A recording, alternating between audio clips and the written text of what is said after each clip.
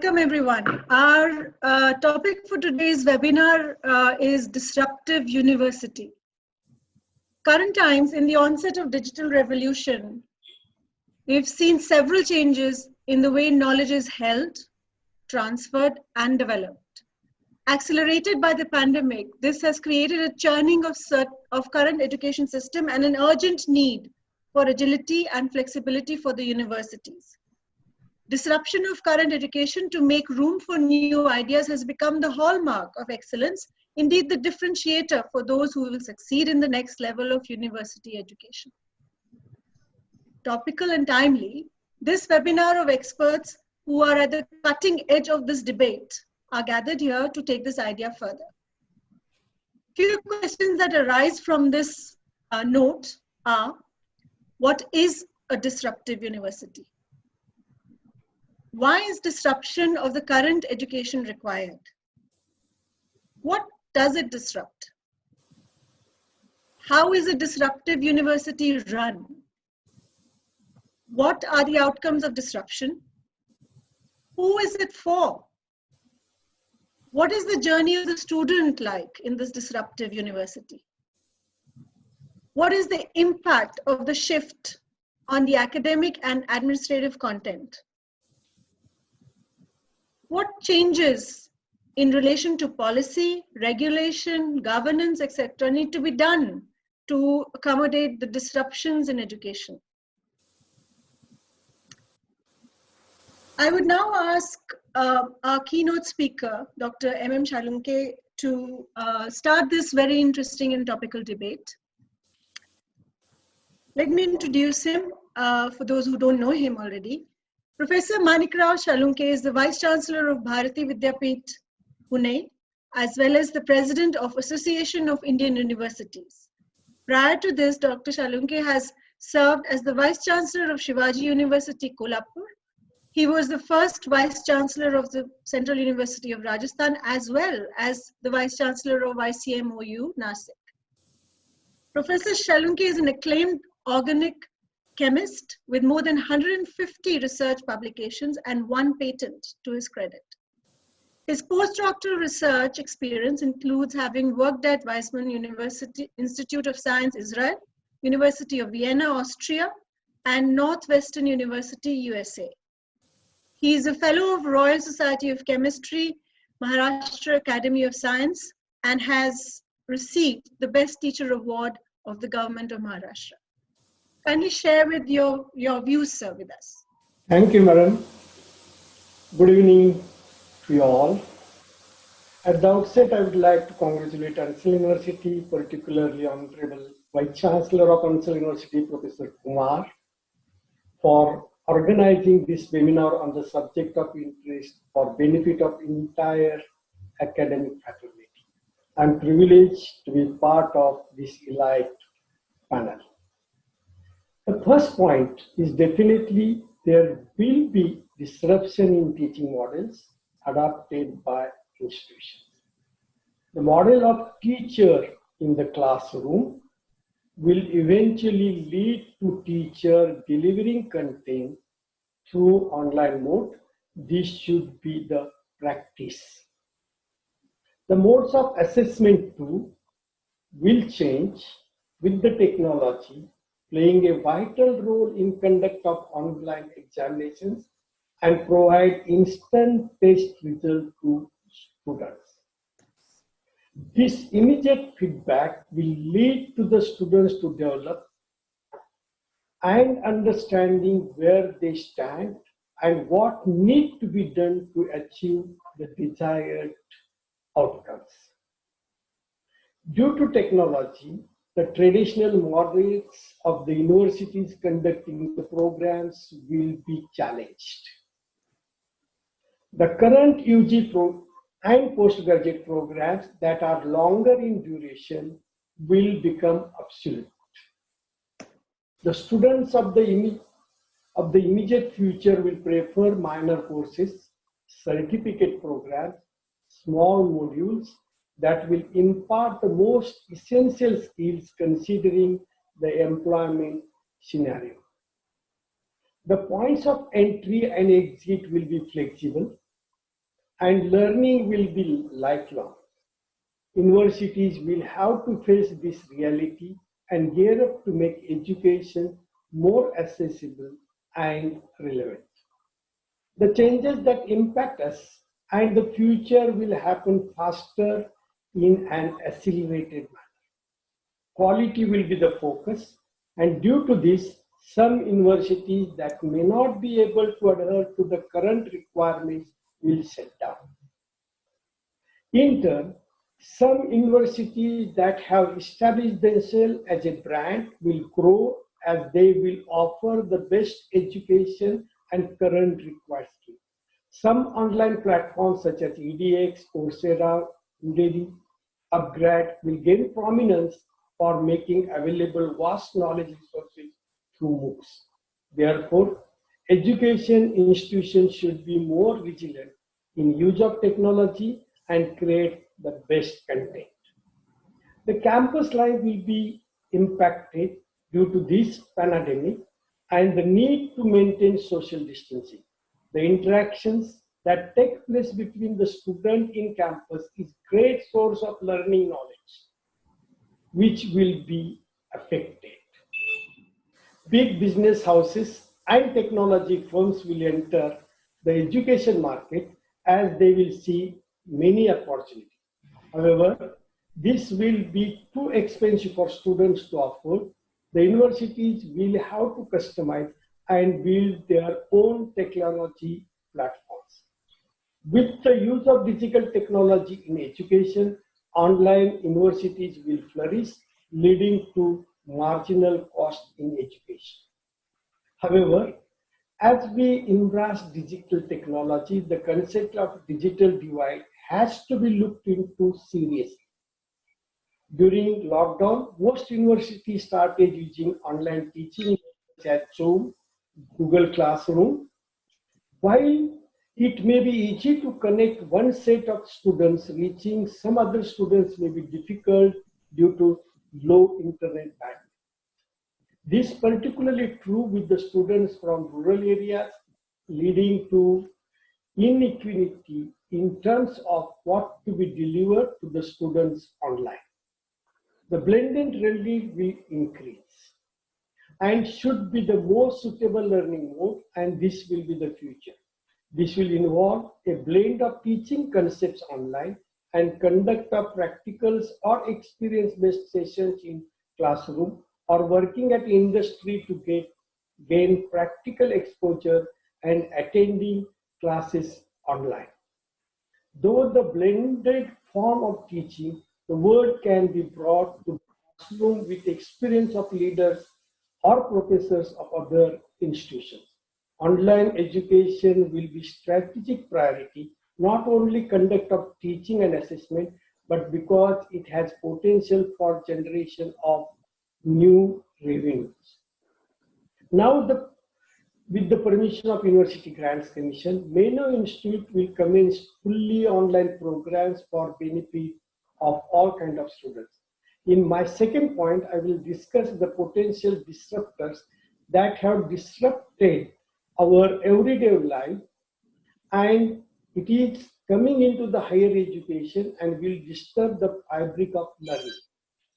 The following technologies will disturb higher education: virtual reality, platforms, augmented reality, artificial intelligence.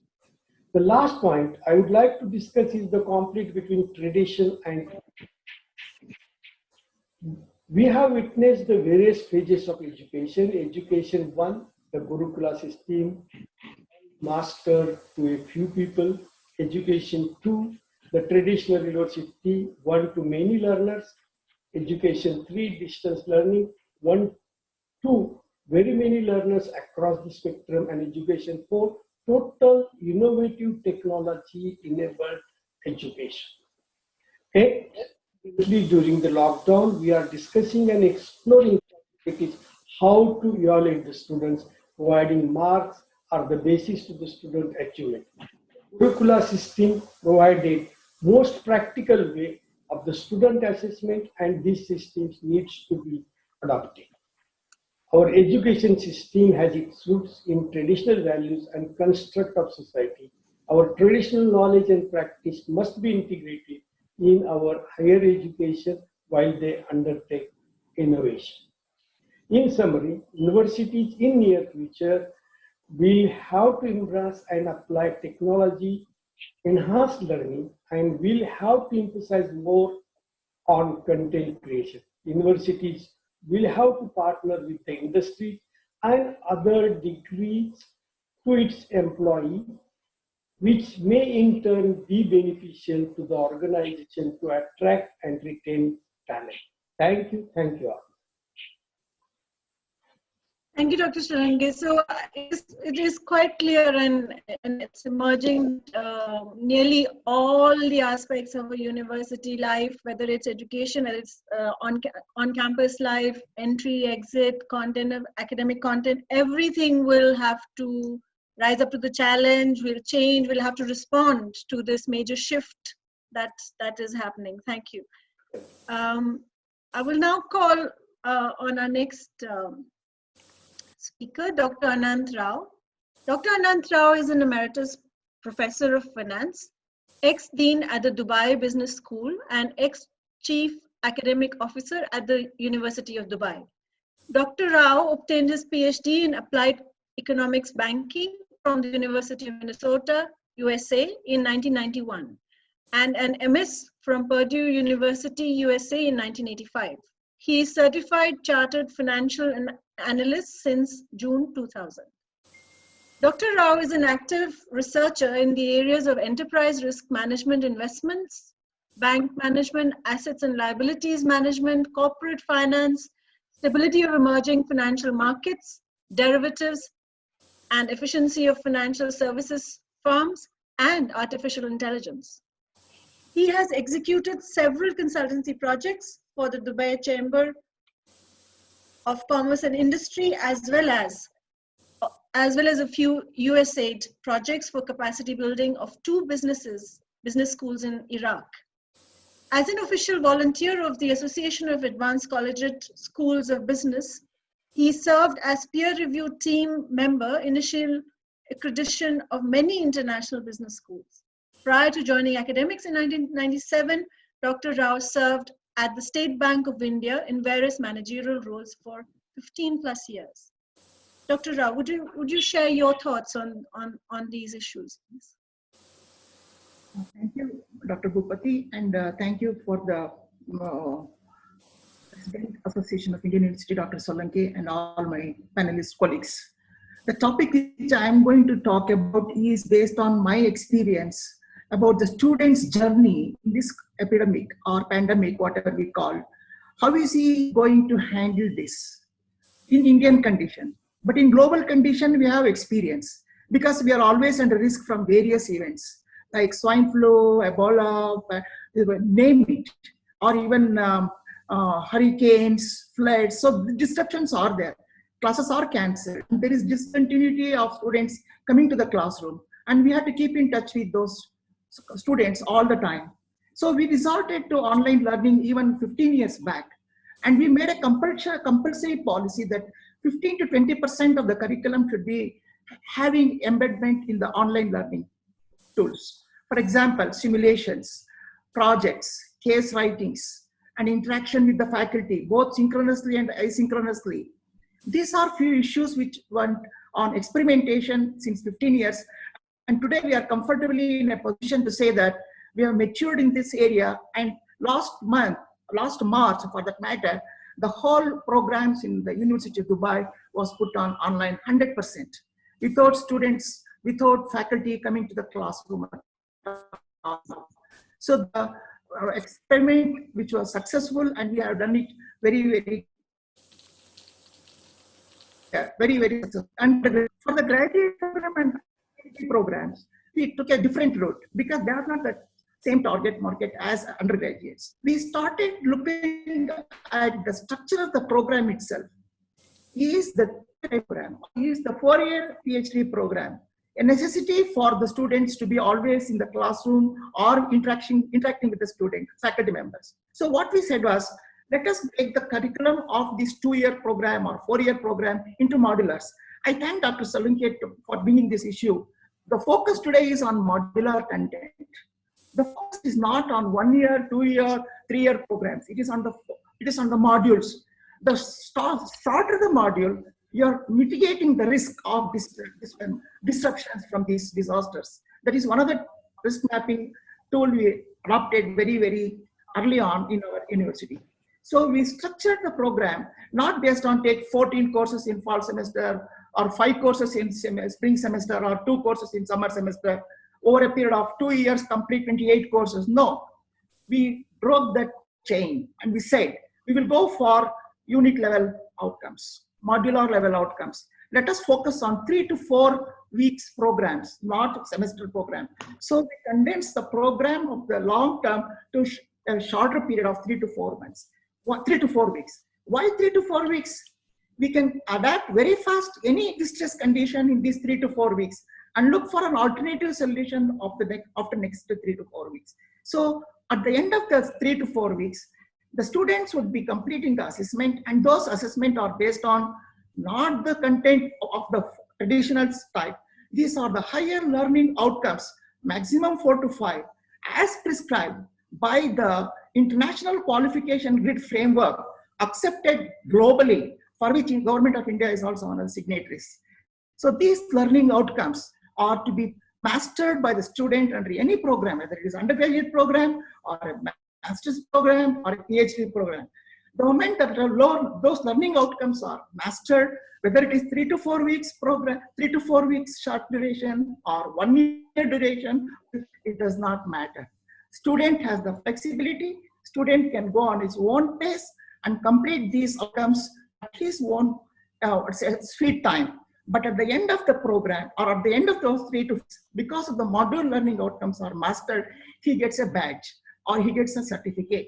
And that certificate gives him the, stacking capacity for going forward. He need not go for repeating those certificates again. He can stack up those courses. I'm very, very happy to see this development going on in the new education policy of Government of India. Stack up these certificates. And at the end of it, let those certificates be made equivalent to an undergraduate degree, provided the certificate are meeting those aggregate credits.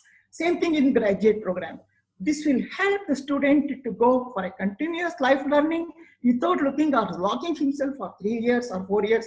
And those learning outcomes will be outcome based, and that will be employer focused, and that will be very, very cost effective in terms of delivery also, because now we are talking of 40 to 50% of the course content or module content to be delivered online if the COVID lockdown is going to be lifted very soon. So 50% of the cost of those content will be reduced, and the faculty are relieved. Faculty are not going to teach any of these module outcomes.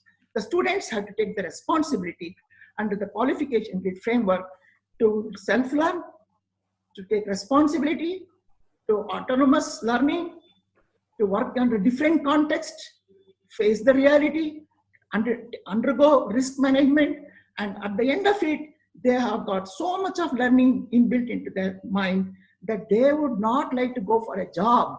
They would like to become an entrepreneur themselves. That is the focus of the International Qualification Framework. And the moment these students complete, for example, if the curriculum is equated in India with those qualification framework, for which undergraduate is equivalent to 7, graduate program is equivalent to grade number 9, PhD program is equivalent to 10, any university in the globe will be giving equal credit or equivalent credit. And that is a flexibility the student will get. And the student need not be under pressure, under stress. Oh, I had to do this, I had to do this. He only has to provide that certificate or badge accredited globally and say, this is what I have completed. What the partner university is going to look at, he is looking at the master of those learning outcomes. Has he mastered learning outcomes?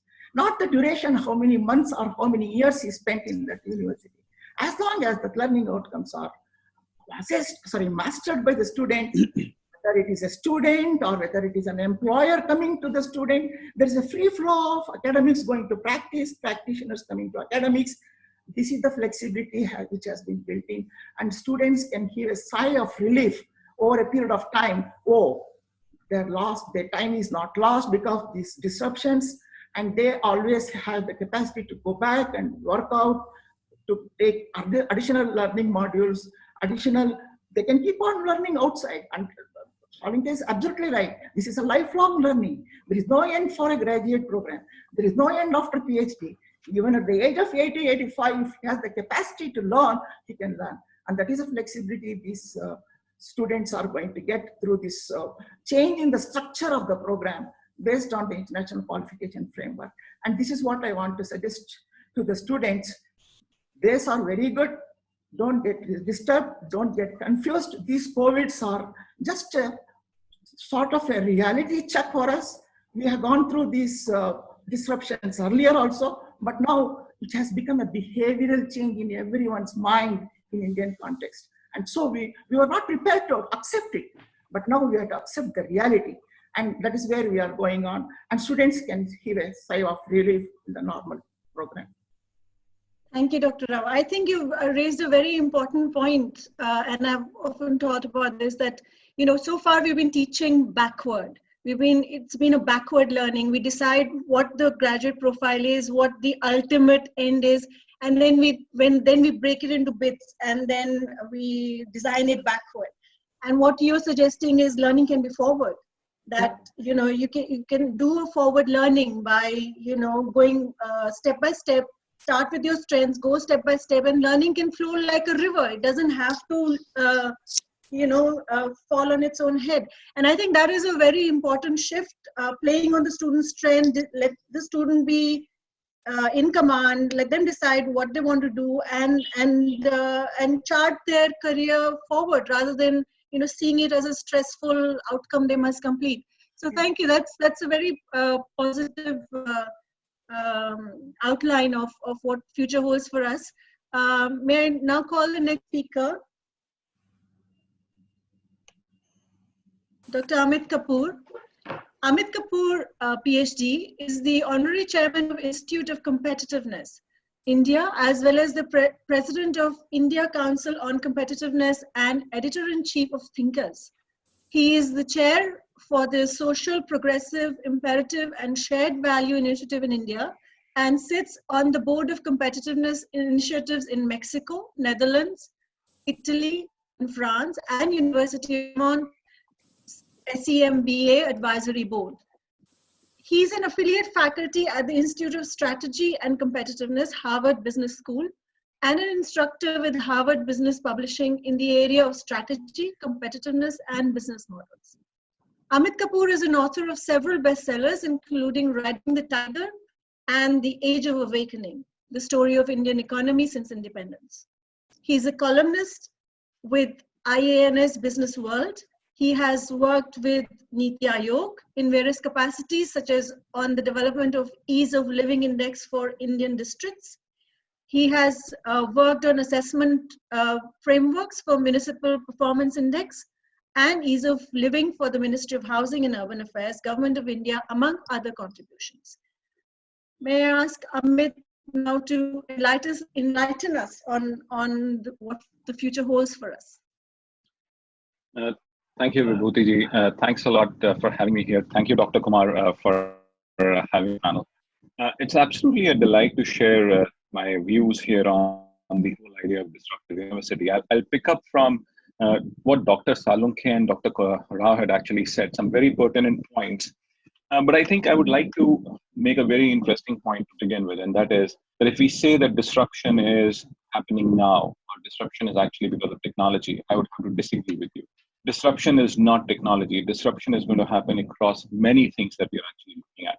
Technology is going to enable us to really take it to the students, but I think the disruption is going to happen across the board. Some of the points, if you really look at it, when you ask the question as to how things will change, the biggest fundamental change is going to happen in the world of how academics is going to happen, how faculty will have to reinvent itself or himself. If you really look at faculty, in fact, from my point of view, and all of you would hate me for saying it, but then most of the time, faculty is the biggest roadblock in terms of bringing change because they become archaic at points in time. So we need to find a way to really make the difference or make a difference in terms of how faculty thinks. And when you talk about faculty thinking, there are two things that they predominantly do. One is research and the other one being teaching. Now I see, now is the time that research will actually take much more bigger antecedent than ever in the past. Because the role of the faculty is going to change. The faculty is not going to be somebody who comes in with the information repository and gives it to the students. Like today, what is going to happen is that today faculty will have to change its role from being an information disseminator to an idea generator, to an idea disseminator, to an opinion builder, sets of things. So the very fundamental nature of faculty is changing. I think we could have actually lived with this until about 6 months back as well. But now it just cannot happen. The second thing is in terms of like how we give, how pedagogical changes are going to happen in terms of how change. It is just not going to be a one-way street. I think there is going to be a whole huge shift in terms of like how various sets of experiences will have to get created for the student. And those experiences will either be gamification of things that could actually happen. We can actually use various sets of tools. There could be those immersive technologies. But most of all, what I see is that the future of the university is that we are going to be giving personalized and adaptive learning experiences. So today, what we are really saying is we are seeing a whole huge shift in terms of like how education has to be fundamentally thought through. Education is not going to be something in terms of saying it is not any longer a supply-driven business. It is going to be a demand-driven. It's fundamentally going to be I will ask for what I need. Student will come through. In fact, Dr. Salunke and Dr. Rao, both of them said it, that it is going to be about modular teaching. It is going to be about modules. So university of tomorrow, I think will have to redefine itself. Until today, if you really look at the university was all about what you would call as documented hard work kind of a situation. You would actually document the hard work and you say, I'm going to give you a degree. Their role is not any longer of a documented hard work. It is going to be about giving the best set of knowledge to the students, the best set of experiences to the students. The other thing is going to be that if you really talk about the future itself, and the future is actually going to be in terms of like what we need to deliver to the student. We do talk about every time of the faculty, but I think there is something happening at the student level as well. And there are going to be some challenges at the student level. And I think after 1999, we have seen something which is huge, like with the advent of the internet. There was something huge that actually happened. The very, what I call basis of learning changed. The very basis of interaction with community changed. The way we were really looking at things changed. So today, when you really look at students, what are students looking at? Like their attention spans are reducing, and if their attention spans are reducing, so how do we actually engage them? And especially if you're going online, how do we engage the students? Today, the attention span is a 30-second TikTok video or a 250 character Twitter feed. And that is where we'll have to change the learning experiences as well. There's also another thing that is happening. I think a lot of us tend to believe that people who understand technology or who know how to use technology are a set of people who are supremely intelligent or they actually know it all. I think there is also one more thing that is happening. We are also seeing general drop in IQs across the world. So it's since 99, what we have seen is that the general IQ levels have gone down. Like a lot of people will tend to believe that IQ is about, say, having the information or whatever, but I fundamentally don't agree with that. IQ is a function very clearly of what I know, what I read, what I assimilate, what I remember, and then processing that information, which is not happening right now. So can we actually imbibe that spirit? And can we create that? So the world has disrupted. The whole education system is getting disrupted. So how do we actually take it back to us as educators, as universities, and say we are going to create experiences which are going to be different? The other thing on teaching, if you really look at it, is in terms of MDPs that could actually happen. So when you talk about the engagement models, there are going to be huge and differently engagement models that are get created. Today, for the first time, I see that you will actually have educators who can be true entrepreneurs as well. It has always been a question, from my point, if you always think about it, IQ on IQ, quite a lot of faculty would always be smarter than a lot of actors or whatever, but actors make a lot of money. And why is that actually happening? Because their interaction is one-to-many. And in this case, today, for the first time, you will see educators actually talking about interacting with one-to-many. So they can actually have that whole entrepreneurial spirit that can actually drive that. And then universities will also have to create models for creating those opportunities for an entrepreneurial driven academic system. We will have to leave our archaic thinking in terms of saying everything has to be within the university or whatever. Create entrepreneurial faculty, move it up. The other thing is going to be that when you talk about universities, we've always glorified academic universities or academic systems instead of things which are like glorified placement agencies. I think we will have to fundamentally create a disruption, or a disruption is coming on its way anyways, which is going to be that these are places of learning rather than places of job seeking. We will see that fundamental shift as we go along. In this world today, when you talk about COVID, for the next 1 year at least, it's like the freshers are not going to get jobs. It's not going to be easy at all. So create entrepreneurs, create that spirit of that learning, because if they go through that process, they can actually be major contributors. Today, the world doesn't need job seekers. We need entrepreneurs, and this is where educationists will have to really play a role. And one of the points which Dr. Salunke did allude to, and I think it is one of the most important points that we have to look at, and that is in terms of the technology gap that actually exists. And when I say technology gap, is in terms of like how many people are able to access online tools, learning, and so on and so forth. There is that whole huge disparity that actually exists. I think we will have to find ways to really take education to the last mile. And when we take it to the last mile, the question is, of course, we can use these devices, but does everybody have the device? Like we have a society which is very widespread. Like you can talk about some privileged people who can actually look at having a smartphone or whatever, but there are people who have feature phones who do not have adequate internet connection. So how do we solve that problem? We will have to solve that problem as well. And that will solve the problem of scalability as we are actually looking at things.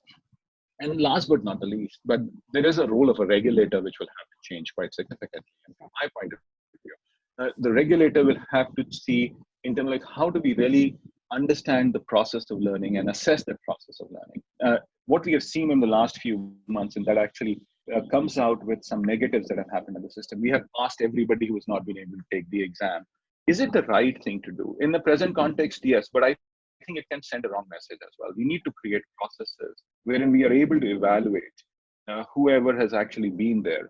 So because that's what is going to happen.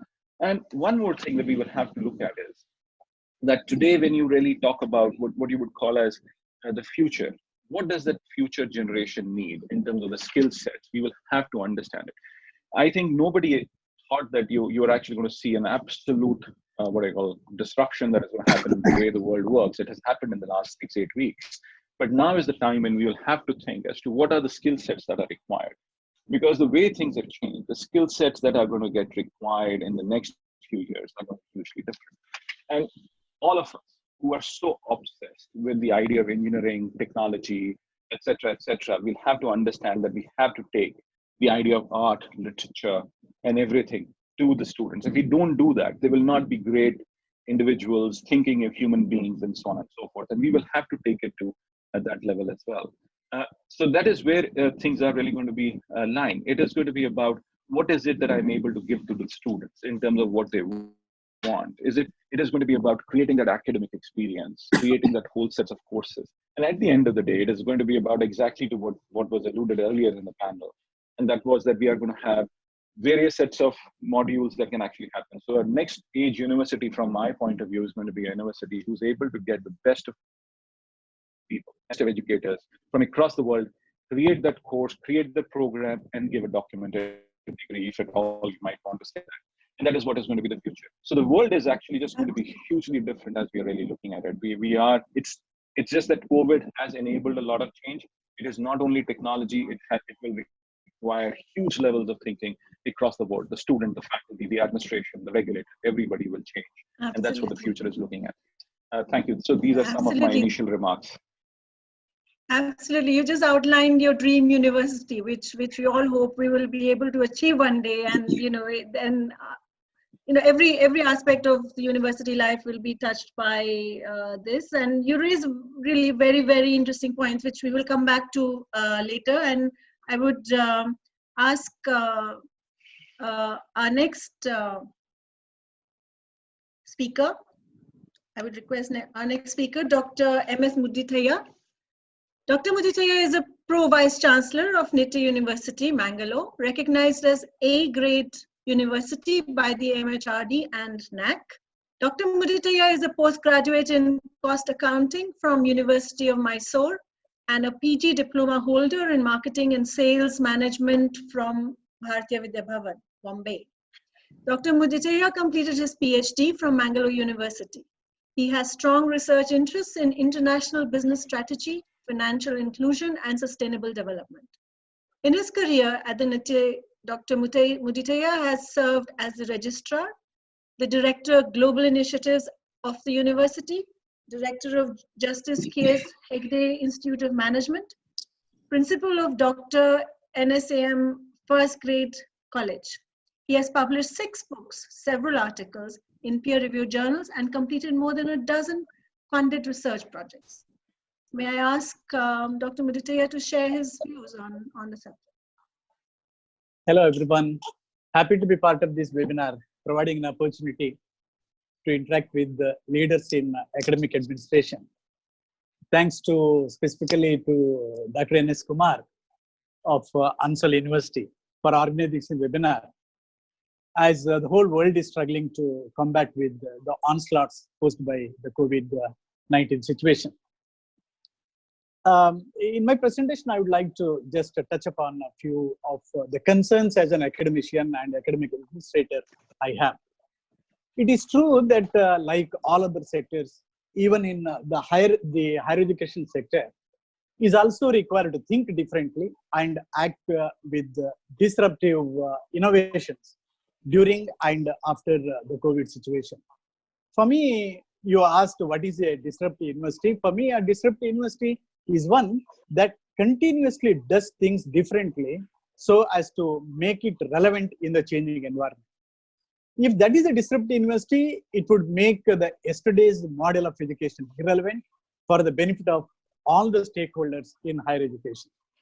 I feel the economic slowdown would affect, most importantly, the paying capacity of the parents and their willingness to pay a premium for the brand value of the university today. Similarly, the research funding from government, the non-government and the private agencies are also likely to get a hit. So given these circumstances, what are you going to do?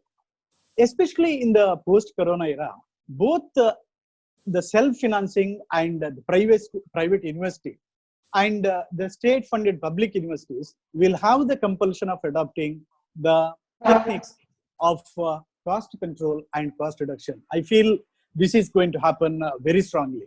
So whether it is student recruitment or curriculum development of teaching learning processes or the evaluation processes or the alumni services, whatever may be the element in the value chain of the higher education, you will find that if you are to survive and grow, you need to have a full grip over the cost, and applying cost control and cost reduction techniques will become inevitable. Of course, the idea of disruptive universities, as our panelists have already mentioned, is not something new for higher education. We all have realized long back that new online institutions and the learning tools are the challenges for us, and we need live up to that, and we need change our strategies. Therefore, many universities in the recent past have responded positively and worked out strategies to tame technology to their advantage with blended learning, using e-resources and so on. Professor Rao has already mentioned how Dubai University has been doing it. Professor Amit has given such a direction, and Professor Salunke has also been telling about that. But my concern is whether these innovations could be really disruptive. For instance, can remote teaching be a complete substitute for face-to-face teaching? It cannot be. You already have mentioned, the experience shows that maybe 20% or 30% of that could be most of the things that could be courses that could be commoditized. Possibly you bring under that, and rest, face-to-face is inevitable. Can our universities, create the necessary IT infrastructure is another thing, because we are talking of a very progressive university which have the required, financial muscle to do that. But there are many universities which do not have, these kind of facilities and the resources, and therefore what would they do? Similarly, to what extent we will be in a position to train all our the teachers for this, preparing, rightly pointed out by one of the panelists. See, it is being said that we have the 20th century, most of the teachers are 20th century, but students are the 21st century students who are very good in taming technology to their advantage. So in this concern, so this becomes another important concern. Then one more important concern that I have is, would the accreditation agencies and the regulatory agencies, would they be recognizing the changing rules of the game, and would they accommodate all these things in the process of accreditation and also as they regulate? So that's another concern that I have. More importantly, what I feel is we need to also question, can we do justice to imparting knowledge, skill, and attitude in all kinds of academic programs? Say, for instance, we are running many medical and paramedical programs. What is relevant to relevant in business education may not be applicable to the medical education, and therefore we will have to change our strategies depending on the kind of programs we are offering. And then again, one more concern I have is, we are talking of social distancing and online education and things like that. Now, this is okay as a temporary aberration for me. Otherwise, we would lose the social learning that is required to be done in campuses, and therefore the activities in residential campuses are also equally important. And therefore, I feel we will have to decide on the perfect blending of using the e-resources, online methodologies and so on, along with the face-to-face teaching, because the academic programs differ, the courses differ, the settings differ, and the nature of the students and also teachers differ. I think these are the points that we may have to ponder as we move forward. This would be my initial response, and maybe at the second round we can talk about what at our university level we are doing. Sure, sir. I think, very, very valid points. You talk about whether, students can take a leadership role, which Amit also spoke about, and also the disciplines. What do we do about the disciplines? The demand of the disciplines to teach in a certain way. What happens to those? So those are very interesting points. And may I request the next speaker, Dr. DNS Kumar. Dr. DNS Kumar is the Vice Chancellor at the Ansar University, Gurugram. Dr. Kumar is a PhD from Karnataka University 2001 and a fellow from Indian Institute of Valuers, and is presently pursuing CPA from Pennsylvania SBA USA. He's been a professor of finance and has held various challenging assignments, to name a few: Director, Center for Research Projects since 2010, Chairman, Christ University Academic Staff College since August 2011, Director, Continuing Education at Institute for Finance and International Management, IFIM. Dr. Kumar brings with him a rich and distinguished 29 years experience in the field of academics. He has been a consultant for various projects with the industry and government departments. May I request Dr. Kumar to enlighten us with his views on the subject. Well, good evening to everybody. It is my pleasure to be part of this August gathering, though virtually, and be the member of learned panelist. Two things, which came to my mind when I was thinking about what is going to be the future of the education. We read quite often. Currently, we are sitting with a 24% gross enrollment ratio. And by 2030, the Prime Minister of India expects to touch it to 30%. But at the same time, as a leaders of education, we also have to remember currently employability skill among the passed out student is less than 25%. So which for me looked paradoxical.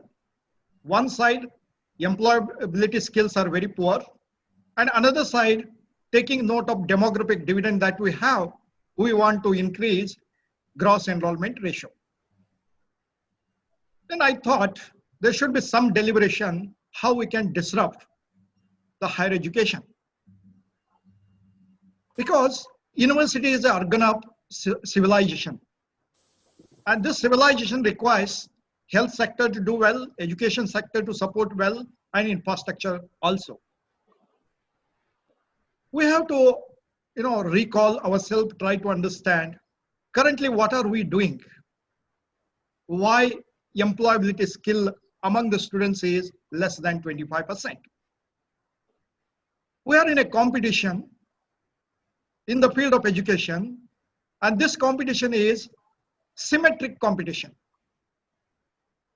If I have a MBA program, NITE also an MBA program, Amity also has an MBA program, Bharati Vidya Bhavan also has an MBA program, the skill set among all the students is almost the same. The competency, the new attitudes, the new requirements which are required for Make in India, is in India, these are not coming. So what is the focus then? We have to be asymmetric in competition. We have to do different things. Having said that, three things are very important. One is quality of education, which has been recently touched, fortunately, by new policy of education. The second one is, as Amit was trying to touch it, the relevant and personalized. When I say relevant and personalized, today, students want to learn what they want to learn and not what the teacher want to teach. And Professor Rao was very much right in mentioning, we have to focus more on certificate-oriented education. In between meaning, what Prime Minister has mentioned, 50% GR, we have to understand, it's not that formal education which he is talking. It could be informal education also. When I say so, what can we do is more important than what we are doing currently. As Amit rightly mentioned, we should have entrepreneurial university model, wherein an investor to the university has to find out some academicians or industrial executives who churn out this university as an entrepreneurship. Example, National University Singapore. Every project or every assignment that you come across in National University Singapore is incubated by the faculty members. That kind of approach we have to bring. It is not that first we'll establish the university, then we'll find the professors, then we'll admit the students, and then we'll carry the university education. We have to look from reverse engineering. That is very important. The second aspect which is very important in university education or higher education is research. Today, unfortunately, we do silo research. We focus on our own theme, but we are not addressing the research in totality, in a holistic perspective. Let me give an example. Suppose you want to do a research on Biocon. Biocon has medical aspect, HR aspect, finance aspect, logistic aspect. Can 4 professors come together and do a cluster of research wherein you will be able to extend total solution to the company or to the government, which we see in industry, which we see in an organization, a research-oriented organization like ISRO and all. They look from financial perspective, development perspective, HR perspective and all. Then also, we have to, look from the perspective of customizing the education and not standardizing the education. Very good. We have to be relevant, we have to localize, we have to internationalize, and we have to globalize also. But what is that we can do which can get customized? We cannot teach to the students. As Amit was rightly mentioning, it's not going to be technology which is going to drive everything, and that is going to be the disruption. Even if the technology is going to be there, it has to be teacher-led. That kind of education we have to bring in. Then the question also comes, what kind of universities or stand-alone institutions that we have to see in future, which can bring a disruption in the education? We have to have such kind of universities which have been not floated by one investor or by approved by the government, but it has to be approved and it has to be combined effort of multiple organizations. When I say multiple organization, DST has to come into picture, ICSSR has to come into picture, ICMR has to come into picture, AICT has to come into picture. All these people have to come and they have to form an university. So then we will be able to see holistic outcome, what can come from such kind of universities. Also, we have to create an opportunity for faculty members to grow in their career. Many a time, today we have equally good number of private universities, deemed universities as compared to state and central universities. But you have to look in, the attrition rate among the private university faculty is too high. The people are not getting the platform to get trained themselves. We all, being the leaders of education, we have to train to hold them. So what is that train to hold them? I remember 17 years back, 17 to 18 years back, AICT has a provision. When they used to look in the expenditure aspect of every institution, they used to see what percentage of revenue has been spent by the institution for faculty development. And today, unfortunately, that is not there. So therefore, my suggestion to all the institutions, to the leaders of the institution is certain percentage of revenue we should spend to develop the faculty members. At the same time, we also have to look at how best we can do reverse mentoring in a university or higher education. It is most unfortunate. Sometimes in educational setup, whatever the senior says, the juniors have to listen to that. But today, a lot of young, talented people are there in the educational institutions. Reverse mentoring has to happen. Then only the new ideas which have been acquired by the young people will percolate down to the organization development. At the same time, we also have to distinguish in terms of what is happening at industry level and what is happening at educational institutions level. Education levels, the faculty social image is coming down. Earlier, there were three people who were highly recognized. One is a teacher, second one is a police, and the third one is a village accountant. But today, unfortunately, the social value of teachers is coming down. Each one of us have to introspect how we can build the social value. What I mean is, the faculty should be sought by NGOs, by the market. They should be participative. And this is possible when institutions start creating experiential learning, not only to the faculty members, but also to the students. Those were the days wherein we used to teach and we used to award the degrees. I'm saying, and I wish to flag it, in future, although Prime Minister is talking about 50% gross enrollment ratio, many people may not come to academic institutions. As Professor Rao was mentioning, they will go for standalone certificates, which are focusing on skill, knowledge, attitude and competency formation, and which will be accepted by industry sector or the community. It may also so happen that students may not come at all to the poor quality of educational institutions. And they may identify, here is a X university, which is good in 4 subjects, Y university, which is good in another 7 subjects, and Z university, another 10 subjects. They may start buying those courses from such universities, and they may define, this is my program, which I have completed. And market may recognize that. The market is going to recognize not the degrees, but the competencies and skills the people have.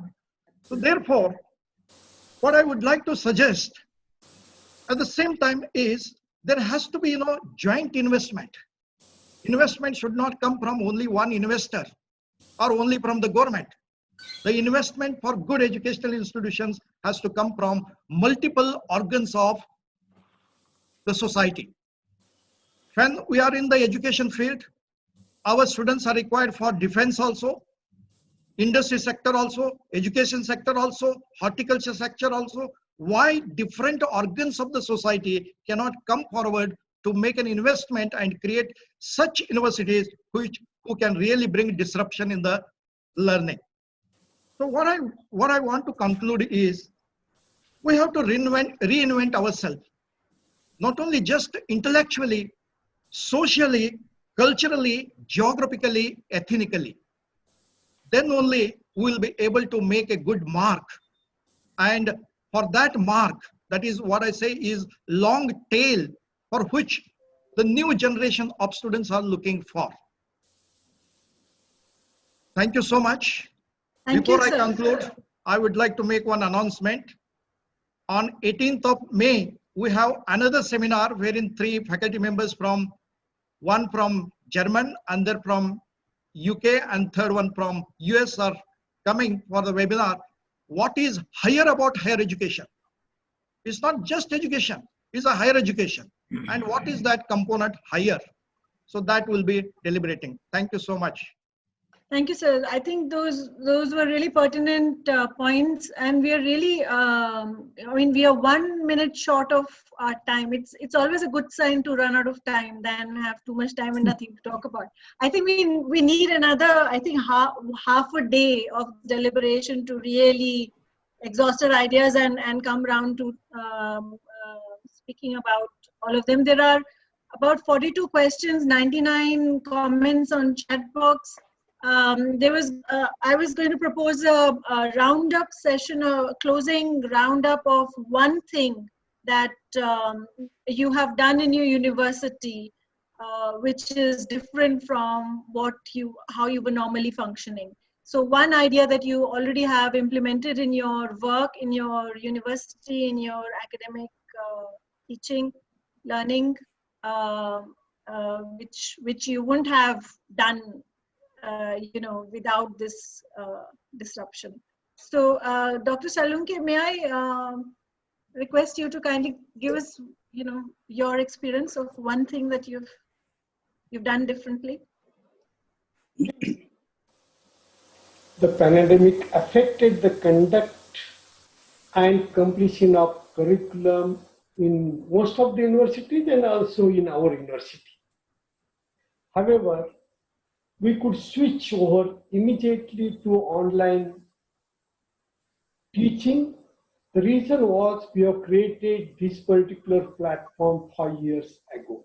The platform was ready, but most of the teachers, they used to have the regular teaching. But after this pandemic, we made it compulsory, and I'm very happy we could conduct online teaching. Almost we have 28 constituent units across health, science, then we have engineering, then Ayurvedic, homeopathic, architecture, almost arts, commerce, science, all branches, constituent units we have. We could do in all branches. Only we are facing still problems regarding the conduct of the practicals, particularly some practicals from biotechnology, they were not completed. We have given virtual training to the students, but we are expecting when the students will come back, then we'll have that kind of this particular teaching. But what we have learned from this, and what specifically Professor Mudutaya has mentioned, that blended learning is the most appropriate tool, and what we have learned with this particular experience. Only the online teaching will not help, and that's why we need some kind of blending teaching. That is one thing. And we are trying to do several things at our university regarding entrance. We have the problem, how the students will come back for our examinations, because we have pan-India students. They are gone back to their home. How they will come back? There is no railway, no transport, and how they will be come back. So we are looking for conducting exams online, but only online exam, only multiple choice is not going to enough. Therefore, we are giving whether we can have subjective exam also online, but again the digital divide problem is facing. So everything depends on the situation. We are debating with our entire academic community how we'll conduct exams. Several options are with us, and we'll discuss and we'll debate and we'll take some decision when the situation is clear about pandemic. Thank you. Thank you. Dr. Anant Rao, how is it different now? Yeah, I will save your time. The most important thing which we have not highlighted today in the panel discussion is the collaboration through consortium to save the resources. When we are talking of cost cutting and all those issues, the most important strategy which for me as a finance person look at is strategic alliance with the like-minded universities. We did that in University of Dubai. We had about 22 universities, private sector, non-private, industry people coming under triple helix type of setup, which is going to talk about what is industry wanting, what is the industry requirement in terms of research problems, how academics can cope in and help them. Because everyone knows academic research is very cost effective compared to a consultant's research project. So academics will be there, regulators will be there, private universities will be there, industry will be there. So consortium approach to technology, research issues, and curricula sharing is the best practice which we have done in University of Dubai, and we wanted to replicate it in India, at least in Karnataka, and we have made some strident steps in the last 3-4 months, and let us see the results of it to talk about in the next webinar. Yeah, and I think that's a very interesting point, because the idea of asymmetric competition allows flexibility both for students and for faculty. So faculty could be actually teaching in multiple universities according to what their strengths are. So, you know, there'll be a pool of collaboration happening. And so the universities will have to identify what their role, what their particular niche or identity is. Yes, I think Dr. Amit. Dr. Amit Kapoor. Yeah. Sure. These have been very interesting times. Like, one of the biggest things that we really started looking at was in terms of like, how do we fund research? For us, like as a research institution, the biggest thing was to actually fund research, and we have actually been able to create models of that. And quite interestingly, our productivity has increased. In fact, unlike other businesses, our productivity of research and revenue generated through research has increased about 2 times in the last 8 weeks. So we have actually been able to reinvent the whole model in terms of like how research needs to get conducted, what is it that we are able to do, and really move forward on those sets of things. And newer areas of research have emerged, and which we find are something which are very, very powerful. And last but not the least, the thing is that research or information that you do has to have value. And we are actually pegging more and more value to it in terms of like how funding needs to happen, how it needs to get disseminated, and whether it should actually become a public good or not. And these are the questions that we're answering. Thank you. Thanks a lot for the opportunity. Great. Thank you. Dr. Muditaya? Yeah, in addition to what Professor Salunke said about the online teaching and so on, what seriously we are doing today is working closely with the employers. We feel during these difficult times, placement is going to be a big issue. And therefore, what we are trying to do is, since as a university, you have the flexibility to innovate, you change the curriculum in order to ensure that you offer those skill sets that are immediately relevant to the industry. And this we feel is very much essential so that we are in position to do justice to our students, because this would become, I feel, very important in these difficult times from the students and their parents' perspective. Thank you. Dr. Kumar? Well, at Ansel University, we have state-of-the-art IT infrastructure. And I don't know whether our intuition was working and it was signaling to us. We got trained ourselves in the month of February, right? And from 22nd March onwards, we entered online teaching, learning. And some of the practicals in a school like hospitality, some of our professors could do practicals at home and they conducted the sessions. At the same time, one of the, the takeaway for me as a leader of the institution that I got is, I got an opportunity to adopt a pull line push strategy. There were some underperformers, poor performers, and they had no other alternative to learn the IT tools and get engaged along with the performance. So that has really come in a big way to us. So today the faculty are incredible. And it's not that I'm saying this. During the pandemic, we also did the parent vice chancellor meet also. 60 plus parents who came for online meeting, and all of them expressed the very happiness about what Ansel University is doing. And they said a big compliment to our faculty members having engaged the students and created new experiences to the students. Thank you so much. Thank you. I think, these are very exciting times, as all of you have suggested. I'm really always pleasantly surprised by the human spirit that, rises up to the challenge and, looks for the positive in the darkest moments. And I remember, all of us grew up with load shedding, and when the electricity used to go away and, the whole evening would get disrupted, and our parents will say, let's have candlelight dinner, and put the candles on and, to bring the positive. And only if, candlelight dinners could become a habit rather than we waiting for the electricity to go, would be, I think, the next, because there are a lot of important lessons that have been learned for sustainability, for ethical values, for social values, for our environment that have actually are now staring at our faces much more prominently than they were before. And the whole acceleration of these issues is something that we will address. And I think I truly believe in the human spirit to be able to rise up to these challenges. Now, there are very interesting questions that have come up, and Amrita has been helping me to us to collate these questions. So I will go through the questions. The organizers tell us that we have till 7 o'clock. So so if I may go with start with Dr. Salunke. So the questions are, and you may want to answer one aspect or take on the whole of it. We leave it entirely up to you. So Dr. Salunke, what should we do in addition to increase the quality teaching and enhance student placements?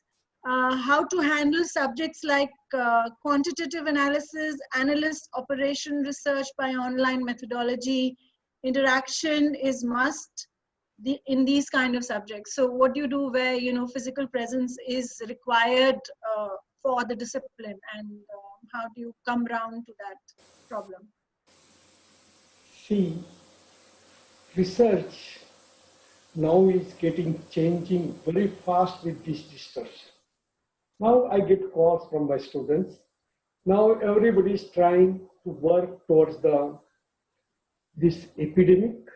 Simple, the pipe is required to take the swab in pandemic, and a specific type of polymer, and everything is imported and there is scarcity. What should be done? Or on the personal protection equipment, also the polymers are required which are the virus resistant. And everybody is giving thought, and they are coming with the new ideas in our laboratory also, we have fortunately the former director of National Institute of Virology with us, and we are doing extremely good work, and we are coming out in new product where the testing will be done very fast. Such type of things are happening due to this pandemic, and everybody is now very active as far as the research. But we should think about socially relevant product. This is one idea several years, the traditional, what I was talking about, tradition and innovation, two things. And I will give one example of this Magasis awardee. And this Magasis awardee from Northeast, he could see the ice is not melted under the bridge. This is a very simple observation. But in this simple observation, he could see there is a scarcity of water in the spring. So he could have this Sonam Wangchuk. He could develop this cone shaped, so minimum surface area is exposed. And that particular ice topaz becomes, so we have to go to the community, try to find out what innovations are done, and that kind of research will be useful to do the things in a better way. And that is my own idea about research. Thank you. Dr. Anant Rao, your questions are pointing towards student and assessments. How much of proctoring is essential in assessing the achievement of learning outcomes and skill sets of students, student journey, how universities and colleges in India shall follow quality assurance in online teaching, learning, student support, assessment, evaluation. How do we make, students accept this paradigm shift from real chalk and board to virtual online teaching? Thank you, Doctor. Let us go back to the basics of how we learned ourselves. We learned from the basics through Montessori type of teaching. At the primary level, the transition we can't expect the transition to take place in the 11th grade, 12th grade, and the university level. The transition has to take place at the cultural level, at the basic level, from the day one of the student's journey of learning. That is the culture. The culture has to be built in. Self-learning, self-regulation. What is it that I am learning? How is it important in my life? How I'm going to add value to my community? Those are the values that is missing today in the education sector. We need to go back to the basics of building those values from the Montessori school of system, Montessori system from KG1. Students are able to develop those cognitive abilities. Today, no one wants to, assess from the textbook. They all want to think through the problems. Cognitive assessment is the most important. In my MBA classes, I don't give students proctoring at all. I give them open book exams. To set an open book exam is so challenging. Even the accrediting bodies and even the regulators came and looked at the problem and the question paper and they said, I don't know if I can get 50% of what is being asked for. That is a type of challenge which the students have to be challenged. Today, Indian students are highly oriented towards ability. They have highest ability, but the faculty are not to that level. That gap is still existing as revealed by the faculty member, as revealed by the panelists. So the capacity to challenge the ability of the student is most important.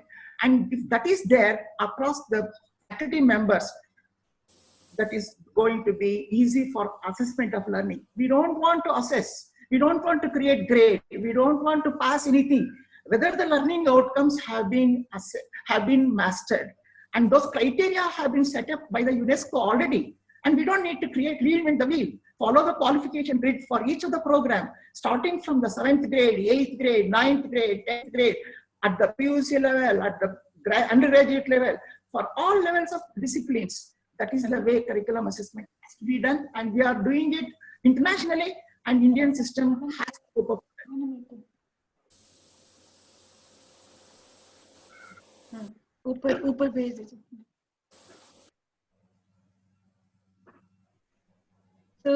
So thank you for that. I'm just trying to, the questions are really pouring in, and we're trying to get a handle on how to do justice to all the questions. So, Dr. Amit Kapoor, could you please throw some light on the concept virtual university? As a teacher, how should I prepare for this? What about molded faculty and their training facilities? Where will I get trained for this?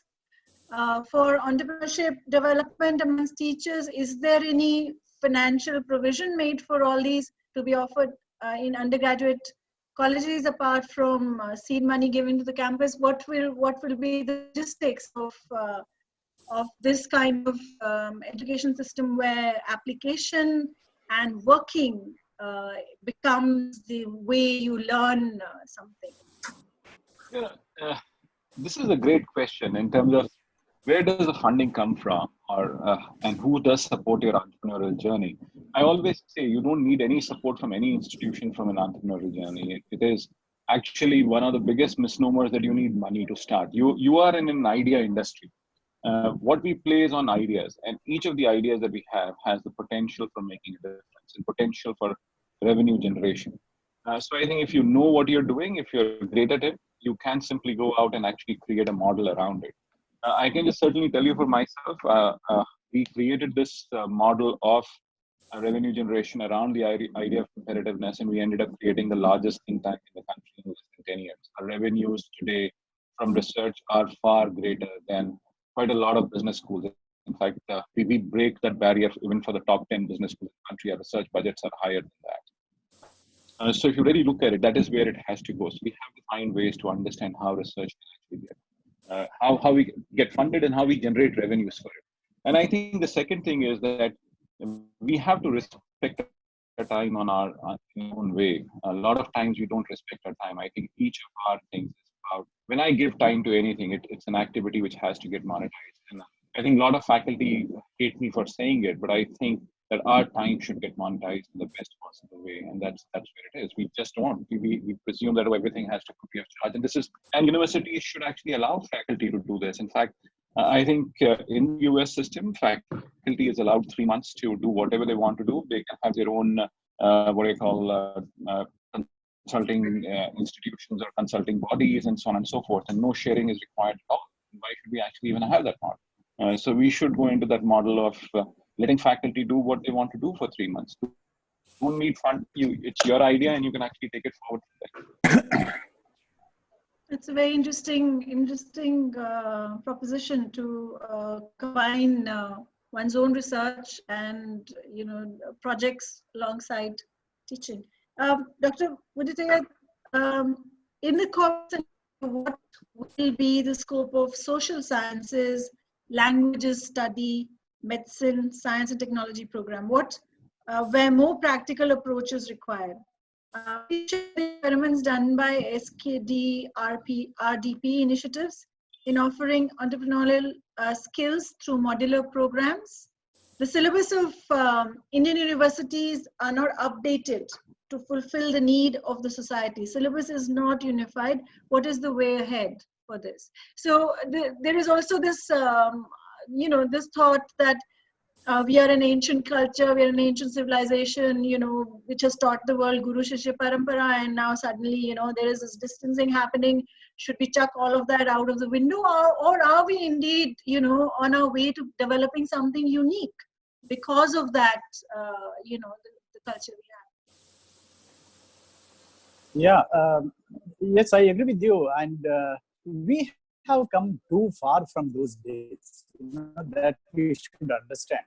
See, education for life is a very good concept, but at the same time, we should also understand that education for, living is also very important. And therefore, if you look from the student's perspective today, in the learning, they would like to drop that L and they would like to see what would be the earning after this learning. So we need to understand that. So SKDRDP is a very good concept, wherein, some of the programs that they offer by nature are such that they are livelihood oriented, the programs. So there is application orientation in the curriculum, and the programs by nature are such that at the end of the day, they would be in a position to become self-employed and entrepreneurial inputs are being given to them, and they would be in position to make use of that. I think in many of the social sciences related the programs in India, there is a need for creating this aspect in program, right from the curriculum design and the delivery. So the time has come to recognize the fact that at the end of your program, the student needs some skills that he will be in position to use in the employment market. So that orientation is very much required in our education. So there is this, of course, how do you resolve this classic conflict? The role of education as being one of self-discovery, as opposed to the role of education as of being, a means to a livelihood. So, this kind of conflict of exactly the role. Yeah, personally, I feel it will be your ability to blend these two that would be helping you in creating a differentiator for yourself. I don't know whether that question was to me, but that's my view on that subject. Yes, because you raised it. Yes, I think that's a very important topic. I think for a different webinar perhaps. Dr. Kumar, some questions to you are a completely networked situation where all stakeholders get connected. Is this not an idealistic scenario? What about issues of competitiveness, which actually upgrades quality, but may not be possible in a network scenario? Where will colleges, autonomous or private, fit into this new pattern of a university? How to enhance industry investment in private industries to empower project-based learning? Okay. See, the industry is open for investment in projects, investment in education. But we have to take one step ahead. When I say industry, I'm just generalizing it. Let me give an example. I heard this story from one of the panelists when he was the Vice Chancellor. See, there is a belt in Karnataka called as Athani. And at Athani, this Kolhapur chappals, which are leather chappals, which are quite famous, which gets made and which were getting sold only at Kolhapur. And Kolhapur doesn't make any leather chappals. Now, this belt of industry people, they decided to take the help of university. Can the university help them to explore the international market? And they invested the industry, the cluster of industry or association of leather, shoemakers, they invested, and the research came really handy. And today, 90% of the chappals shoes which are made gets exported. So we have sometimes, get an idea from industry, or we have to create an idea and we have to go to the industry. So industry would be ready to invest. Right. So it has to be, both way we have to look at. Great. So I think we still have questions pouring in. I would request the organizing panel to collate the questions and maybe get in touch with the participants and attendants, for any remaining questions or ideas that may flow from our, vast audience. I mean, this has been really spectacular in terms of the number of people who've attended, and we've only really begun the debate. It's, it's far from concluded. So, if I may, in the end, thank you very much for being part of this very exciting journey and very exciting thought processes. If there's anything in particular you'd like to add as a concluding remark, we have 4 minutes. We are here. I think we short over time. But Amrita, maybe we can ask Dr. Salunke.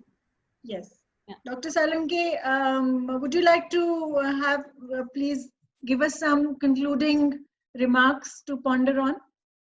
See, right now, we are facing a problem how the students will come back to the campus for their examination. And this will be a serious issue. Then regarding the admissions, whether the parents will send a student to the hotspot, I will say Pune is hotspot, academy, Mumbai, Delhi, whether the students will come to our university and how the parents will feel safe in our campus. This is a major issue. That's why we are trying to take maximum care and try to tell the parents how secure their ward will be in our campus. And that's most important. Regarding how to provide some insurance facility also to the students. Not only this, the conduct of the exam is a real great challenge. Now, I will talk also about conduct of the CET. See, already the dates are changed for NEET as well as JEE exams, and for us to get the centers, and everything is challenge. And with this challenge, we have to, and it's not possible to attract even right now. If I consider last year applications, after this pandemic break, we are not receiving the application flow. It has been lowered like anything. So how to reach the students, tell them about what kind of safety precautions we are trying to have. All these things we are trying to discuss and we are taking in the appropriate stage. But this time will teach several things to us and regarding the research, teach, and all the methodologies, what we would like to adopt in future. So we have to think how we are going to complete the admission process. The institution will have to impart teaching through online mode, that is one thing, but we have to do everything in a different way. And that pandemic has given us a clue that every week we had now meetings with all our head of constituent units, and we are discussing and debating what we should do for the future, next couple of months. That is way. Yes. Future is good. Yes. Very fast. So, I would just like to come in that the meeting will automatically end in the next few seconds. We are at 7 o'clock exactly. Thank you. Yes. Thank you all. Thank you all. Thank you very Such a much. pleasure. It was really enriching. Thank you so much. Now we will knock it off. Thank Yes. you. Thank you. We're going to go. And thank you, Amrita. Thank you, Amit. Thank you, the organizers who did a fantastic job. Everything fell into place magically as it does. And it was a very enriching, fantastic debate, fantastic discussion. Thank you. Wonderful. Thank you. Thank you. Bye.